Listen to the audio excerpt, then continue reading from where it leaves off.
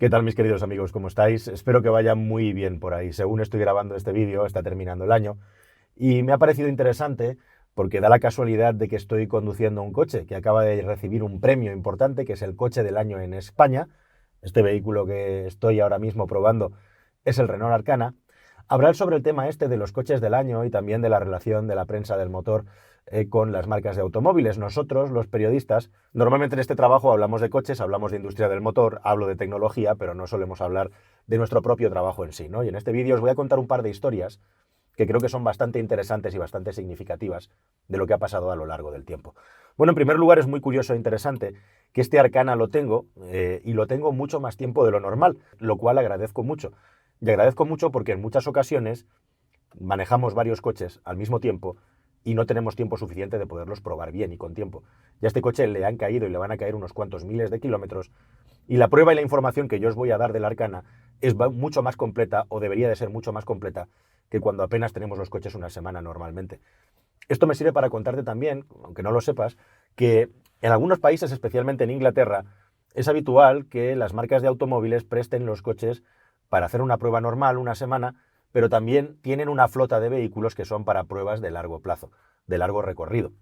Y eso solamente ocurre en Inglaterra. Todas las reacciones mínimamente consideradas, todas las reacciones que tienen un mínimo de relevancia pública o social, suelen manejar una flota de vehículos con pruebas de larga duración, que es una manera mucho más interesante de poderte acercar a cómo es un coche realmente para poder explicarlo bien.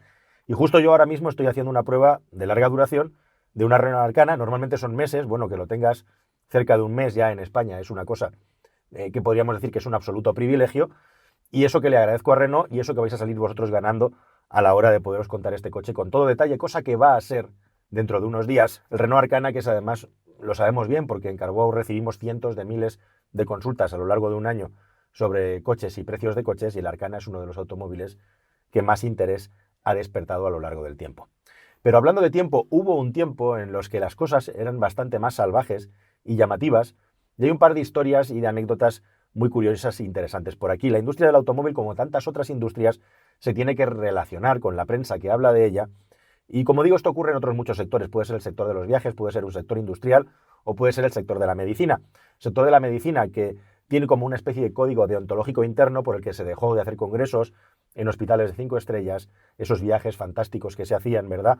Donde pues la industria de la farmacia trataba a los médicos de una manera muy especial. Y eso sigue ocurriendo. Y con la prensa del motor pasa algo parecido, aunque los tiempos actuales no tienen nada que ver con los tiempos que se vivieron antaño, en el que algunas personas en los 80, en los 90, simplemente por ser periodistas del motor hoy serían prácticamente considerados como ricos, ¿no? El poder adquisitivo que podía llegar a alcanzar un periodista del motor de la élite hace 25, 30, 40 años no tiene absolutamente nada que ver con lo que es la media del sector en el momento actual. Y en esos tiempos pasaban cosas muy curiosas. Es habitual que la prensa se vaya de viaje para probar los coches, viajes que antes eran absolutamente fabulosos, viajes espectaculares a sitios increíbles. Y bueno, hoy en día seguimos viajando, pero ya os digo que no con los niveles que se hacía antaño. ¿Buscas un coche nuevo? Entra en carwow.es y mi equipo te ayudará a encontrarlo y conseguir el mejor precio. Carwow.es, el comparador de precios de coches nuevos. Bueno, y por cierto, si quieres configurar este Renault Arcana, un Hyundai Santa Fe o cualquier rival de este vehículo que esté en tu cabeza, pues ya sabes que en carwow.es puedes hacerlo sin ningún tipo de problema. Entras aquí en el enlace que tienes aquí arriba y lo puedes configurar, en el que he dejado yo ahí abajo, o también los rivales de este coche, que te vamos a poner ahí unos enlaces para que puedas encontrar el mejor precio de este vehículo. Pero bien, como te estaba contando, esto ha evolucionado mucho. Hubo otros tiempos que eran bastante distintos a los de ahora y pasaron cosas muy curiosas. Y os voy a hablar concretamente de algo que ocurrió en el año 2000, cuando el coche del año en España fue ni más ni menos que el Chrysler PT Cruiser.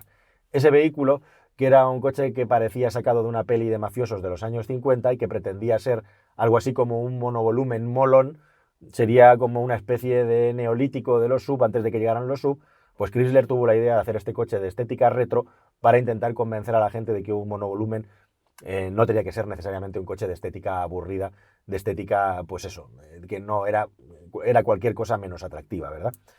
Y Chrysler hizo una campaña de publicidad y relaciones públicas verdaderamente increíble, una campaña de publicidad y relaciones públicas que hoy en día sería muy difícil de repetir por lo extrema que fue. Hasta tal punto que el que para mí es el mejor periodista del motor que ha habido en España en los últimos 40 años, que es Juan Manuel Pichardo, que por aquel entonces era el redactor jefe de kilómetro77.com, escribió un artículo en el que vaticinó qué coche iba a ganar el premio de coche del año en España.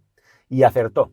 Acertó que iba a ser el PT Cruiser, que competía con coches muy interesantes sin ir más lejos, por ejemplo, el Citroën Xara, un coche que fue un exitazo, que era un excelente coche para la época, pero ganó el PT Cruiser. Y según Pichardo, el PT Cruiser iba a ganar por varios motivos. El motivo principal era porque le habían dejado el coche a la prensa mucho más tiempo de lo habitual, a los miembros del jurado del premio, especialmente en verano, para irse de vacaciones y todo eso, algo que hoy en día sigue sucediendo. El segundo motivo principal y el más importante es que esos regalos que recibe la prensa del motor que recibimos se supone que no deberían de influir en las opiniones de los periodistas, cada uno allá con su conciencia, pero lo que hizo en este caso Chrysler fue regalar a una parte de la prensa del motor muy concreta nada más y nada menos que un ordenador portátil en el año 2000. Eso era un regalo que excede con mucho el valor que puede tener un regalo, digamos un detalle por asistir a una presentación que te pueda dar la prensa del motor, ¿no? De hecho, la mayor parte de las empresas que se dedican a esto hoy en día tienen su propio código interno, en Carwow también lo tenemos, y solamente se pueden aceptar regalos con un coste determinado bastante bajo. Y si no, tienes que informar a la empresa, ¿no? Algo que ocurre a todos los niveles hoy en día en el mundo de la empresa, incluida la Casa Real. Bien, la cuestión es que ni más ni menos que un ordenador portátil fue regalado a los miembros del jurado del coche del año y algunos ya vaticinaron que esto iba a ser, estaba cantado que iba a ser el PT Cruiser quien ganara el premio de coche del año. Todas estas cuestiones se quedarían en una anécdota o no mucha sustancia si no fuera, te estarás preguntando, cómo de bueno era el Chrysler PT Cruiser. Y lo cierto es que era un coche bastante mediocre. Al margen de tener una buena modularidad en las plazas traseras y mucho espacio para las piernas, siempre que viajaran 4 personas en este vehículo, sus calidades de acabado dejaban bastante que desear. No tenía control de estabilidad ni como opción, y la aerodinámica mediocre hacía que el consumo fuera muy alto al mínimo que salieras a circular a la carretera. Además, no era un coche especialmente estable o seguro en carretera y sus reacciones en situaciones límite también eran más bruscas y difíciles de controlar que los monovolúmenes con los que competía. En añadido, era un coche bastante pesado igualmente para su tamaño. En definitiva, calidad americana estándar de aquellos tiempos, claramente por debajo de los estándares precisamente europeos. ¿Cómo un coche así fue capaz de ganar el premio de coche del año? Y lo más divertido que ocurrió además es que, bueno, estaban on fire, o sea, pusieron toda la carne en el asador para que ese coche ganara el premio del coche del año. Y hay una anécdota buenísima, que es que en una de las presentaciones que hicieron del coche, se llevaron a la prensa a un club, pero el viaje se hacía en un autobús. Y ahí iban todos los miembros de la prensa subidos en el autobús y habían preparado una especie de teatro en el mundo real y en tiempo real en el que iba a haber una persecución de coches y un coche de la policía se iba a plantar delante del autobús para que salieran allí 2 policías y persiguieran unos gángsters, o sea, una especie de performance loca en medio de la calle para dar espectáculo y promover el Chrysler PT Cruiser. Y el asunto es que los actores lo tomaron tan en serio que utilizaron armas que simulaban ser armas reales, pero que eran armas de las que se utilizan en las películas. Y la cosa fue tan escandalosa y provocó tal susto entre los miembros de la prensa que alguien, no se sabe si dentro del autobús o que lo vio por la calle, llamó a la policía y algunos de estos actores acabaron en el calabozo o casi tuvieron que justificar y explicar bien qué es lo que estaban haciendo y supongo que tuvo que haber muchas explicaciones para que la cosa no llegara a más.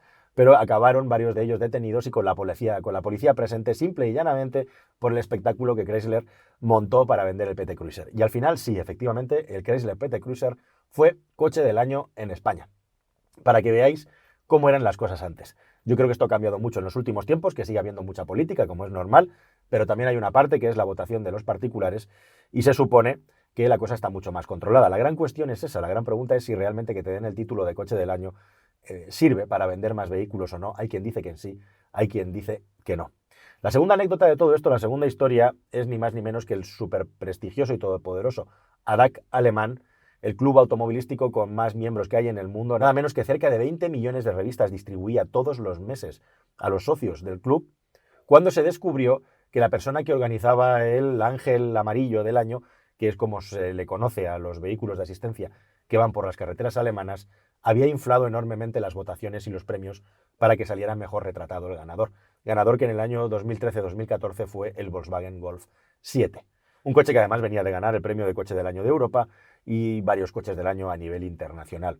Y fue un inmenso escándalo porque si alguien podía esperar que un organismo que hace premios de este tipo fuera imparcial y objetivo y no hiciera trampa, fuera el ADAC alemán. Luego, investigándolo, se descubrió que lo que se habían alterado era el número de votaciones para hacer el premio más lustroso y más bonito, que teóricamente esto no afectaba al resultado final de la votación, pero el ADAC quedó manchado para siempre. Recordemos que el ADAC, que tiene pruebas y test de emisiones y de seguridad que son referencia en Alemania, cuando ocurrió el asunto del Mercedes clase A que volcó, no detectó esta anomalía y tuvo que ser una pequeña revista sueca la que detectara que el vehículo volcaba cuando se hacía la prueba del alce.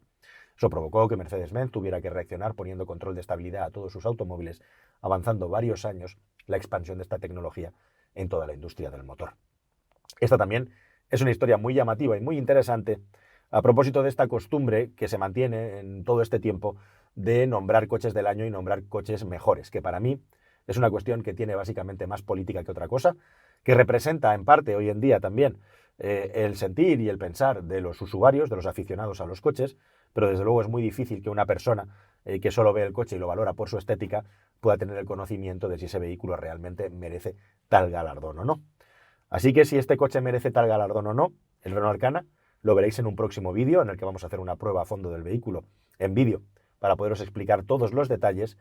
Y espero que estas historietas que te he contado, bueno, pues al menos te hayan entretenido porque son 100% reales y te hagan también pensar, reflexionar sobre lo que has leído, sobre lo que lees y sobre lo que leerás y sobre lo que verás en el futuro en todo lo que se refiere a la información vinculada a la industria del automóvil, en la que hay muchísimos intereses y allá donde hay una prensa que es más fuerte, hay más poder para ser independiente, y allá donde hay una prensa que es menos fuerte y tiene menos capacidad financiera para ser independiente, las marcas de automóviles tienen mucho más poder a la hora de dirigir las opiniones de los periodistas del motor.